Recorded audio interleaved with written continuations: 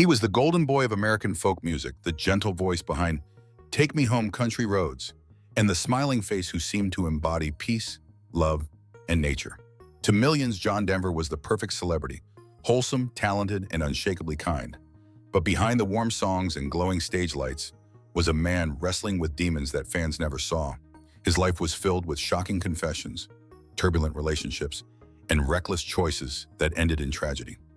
This is the untold truth of John Denver, the story far darker than the image the world adored. John Denver wasn't always John Denver. Born Henry John Deutschendorf Jr. on December 31, 1943, his childhood looked picture-perfect from the outside but felt painfully unstable from the inside. His father, Henry Sr., was a decorated Air Force pilot, a man celebrated for setting speed records in advanced bombers. That kind of career meant constant movement. Arizona one year, Alabama the next, Texas soon after. For a young boy, it meant friendships cut short and roots that never had time to grow. Denver often admitted he felt like he didn't belong anywhere, carrying that loneliness throughout his life. The one anchor that kept him steady was music. At 11, his grandmother handed him a worn Gibson guitar, already decades old. That instrument became more than a toy. It was his only constant companion. Denver poured himself into it, finding comfort in melodies when the rest of his world shifted beneath his feet. Yet home life was complicated. His father, strict, demanding, a perfectionist, pushed him relentlessly. Denver, however, longed for simplicity, for songs and harmony. Their relationship was often tense, though they shared one dangerous passion: flying. That thrill of defying gravity would eventually bond them, and later play a devastating role in Denver's fate. After graduating high school, Denver tried to follow a conventional path by studying architecture at Texas Tech University, but the blueprints never inspired him the way music did. Restless, he dropped out and chased a dream that felt impossible: becoming a musician in Los Angeles. It was there he shed his long last name and became John Denver, choosing it after the Colorado city he loved for its mountains and rivers. The new name felt like a rebirth, a clean slate. His first real break came in the mid-1960s when he beat out nearly 200 hopefuls to become the lead singer of the Chad Mitchell Trio. Touring the country, he learned how to command a stage and sharpened his skills as both a performer and songwriter. It was during this time he penned "Leaving on a Jet Plane," later recorded by Peter, Paul, and Mary, which skyrocketed to #1 and proved Denver's writing could connect with millions. When the trio split, Denver forged ahead as a solo artist. By 1971, his heartfelt single "Take Me Home, Country Roads" made him a household name. Seemingly overnight, the lonely boy with the second-hand guitar had become America's voice of comfort and nostalgia. By the mid-1970s, John Denver wasn't just a folk singer, he was everywhere. His songs dominated radio, his albums sold millions, and his boy next door smile made him a favorite on television. But Denver wasn't satisfied with just music. In 1970, he shocked Hollywood by starring alongside comedy legend George Burns in "Oh God." Despite never acting before, Denver's natural sincerity made him believable as the ordinary man chosen to deliver a divine message.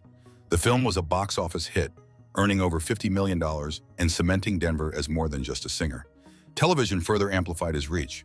Specials like "An Evening with John Denver" won Emmys, while international broadcasts carried his music to audiences far beyond America.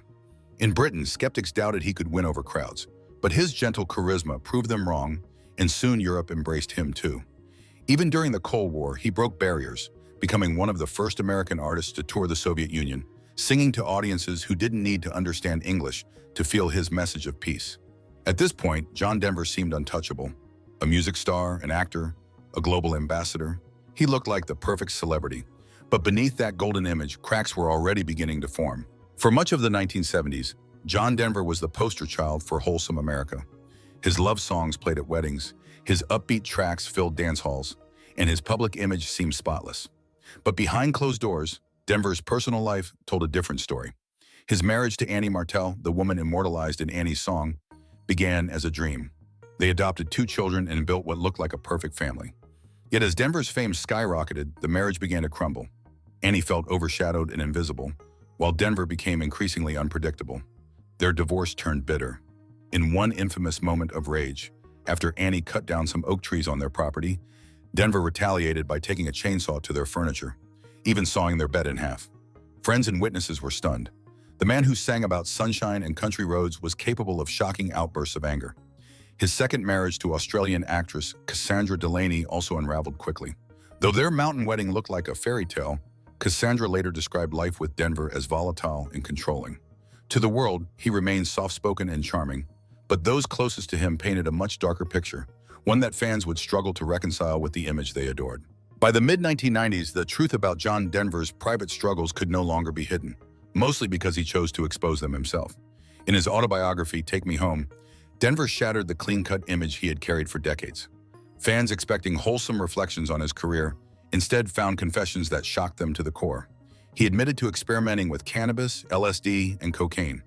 He spoke openly about infidelity, revealing that even his most romantic songs had been written during marriages scarred by affairs. For those who believed in the purity of Annie's song, it was a painful revelation. Denver also admitted to moments of violence and uncontrollable anger. The infamous chainsaw story wasn't just a rumor, it was true, and he owned up to it in his own words. He portrayed himself as a man constantly battling inner chaos, often failing to live up to the values he sang about on stage. For many, it was the final blow to his once unshakable reputation. The gentle country boy image was gone, replaced with a far more complicated and unsettling portrait. And as Denver laid bare his flaws, one obsession loomed larger than all the others, an obsession that would ultimately lead to tragedy: flying. Flying was in John Denver's blood. His father had been a celebrated Air Force pilot, and Denver inherited that same thrill for the skies. But while flying gave him freedom, it also exposed a darker pattern: recklessness and defiance. Over the years, Denver logged more than 20,000 flight hours and earned multiple pilot licenses. Yet his growing struggles with alcohol began to interfere. Arrested twice for driving under the influence, he soon caught the attention of the Federal Aviation Administration. The FAA refused to renew his medical certificate, effectively grounding him. Without it, his pilot's license was meaningless. But Denver didn't accept their decision. Instead of proving sobriety, he ignored certified letters from the FAA, even sending them back unopened. On paper, this created a loophole. He could still fly, even though legally he shouldn't have. And he did. Friends and colleagues described him as daring in the skies, sometimes shutting off engines mid-flight just to glide for thrills. His love for aviation had crossed into risky obsession. Denver believed flying gave him peace, but those closest to him saw something more troubling: a man willing to gamble with danger, even when the warnings were impossible to ignore. On October 12th, John Denver climbed into a small experimental aircraft he had just purchased, a lightweight plane he had flown only once before, and briefly at that. The design itself was notoriously flawed. The fuel selector valve, a critical control, had been relocated to an awkward spot behind the pilot's left shoulder.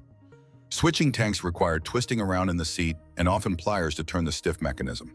To make matters worse, the fuel gauges were also behind him, nearly impossible to read mid-flight without a mirror. That morning, Denver practiced takeoffs and landings near Monterey Bay, California. Witnesses later reported hearing the engine sputter before falling silent. Investigators concluded he had run one tank dry and was struggling to switch to the other. As he reached back, he likely pressed the rudder pedal by accident, sending the plane nose first into the Pacific Ocean. Denver was killed instantly.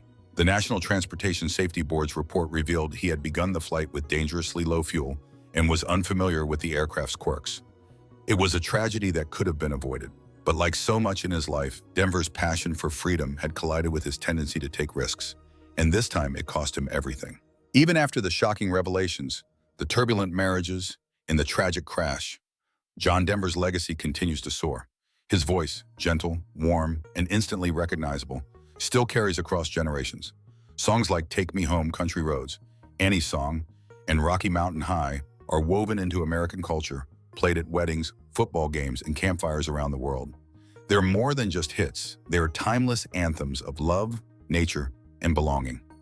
Beyond music, Denver was a pioneer in causes that were far ahead of his time. He fought to raise awareness for world hunger, environmental conservation, and peace, often using his platform to amplify messages bigger than himself. Statues, foundations, and tribute concerts keep his spirit alive, reminding fans of the man who once seemed to embody harmony with both people and the planet. But his story is not simple. His flaws, confessions, and risky choices force us to remember that even those who sing about peace can be at war within themselves.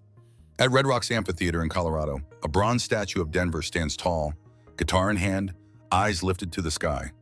It's a reminder of his music, his contradictions, and the haunting question: was John Denver truly America's country boy, or something far more complex?